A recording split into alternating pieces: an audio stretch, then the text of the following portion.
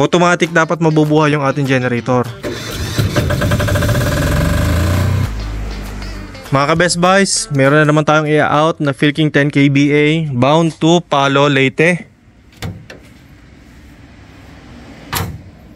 May remote control, may ATS mga ka-Best Buys. So ito yung back side niya. Ito naman yung front. Exhaust side. Ito naman sa air filter or cleaner side. Ganda.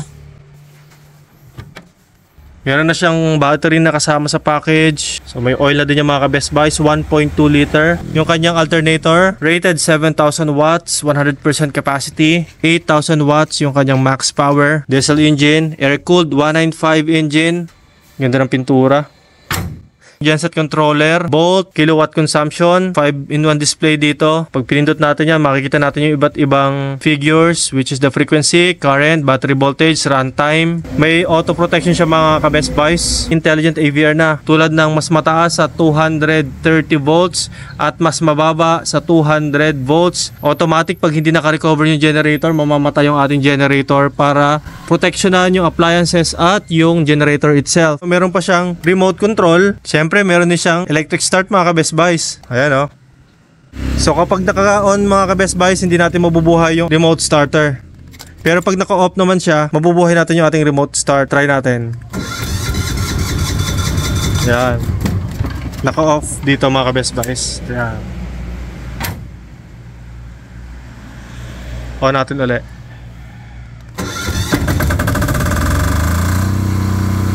Ayan.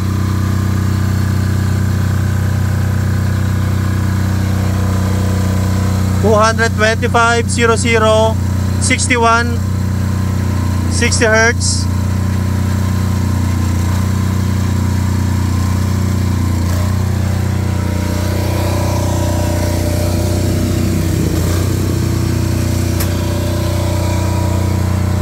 Ganda. Okay, patayin din natin.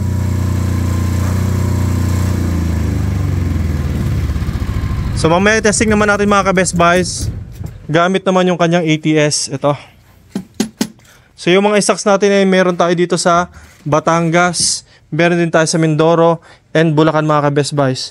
So itest muna natin yung ating generator sa pamamagitan ng ATS. O makikita nyo meron pong ilaw ngayon. Kunwari ito po yung ating main supply, ating Meralco. Saksak po siya. Papasok sa ATS. Tapos si ATS yung nagpo-forward dito sa ating load. Ito po yung ating bahay. Kapag po inilagay natin siya sa automatic, once na mawala yung kuryente o mamatay yung kuryente, mag-brown out, automatic dapat mabubuhay yung ating generator. Standard supply pa tayo mga ka-Best Buys. Kung makikita nyo, may ilaw yung house net. Yung auto, naka-on din yan. O yan, patay po yan, naka-off.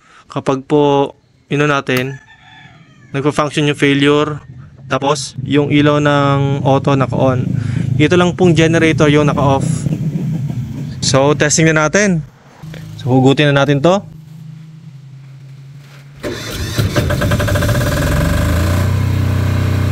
Ayan, mabuhay na ating generator. Hintayin natin kung kailan magkakasupply. Ayun, meron na. So, perfectly working to mga ka-Best Buys. Ibalik naman natin yung Meralco. Dapat mamamatay yung ating generator.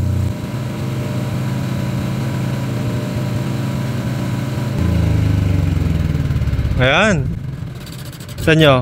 Patay na yung generator pero may supply pa rin yung ating load. So yan ang kagandahan sa ating ATS. Napaka-seamless ng transfer ng power from generator to Meralco. Ang priority ng ating ATS mga ka-Best Buys ay yung ating main power, which is Meralco. So, whenever na magkaroon ng power ang Meralco, automatic mamamatay yung ating generator. I-impake natin itong generator natin.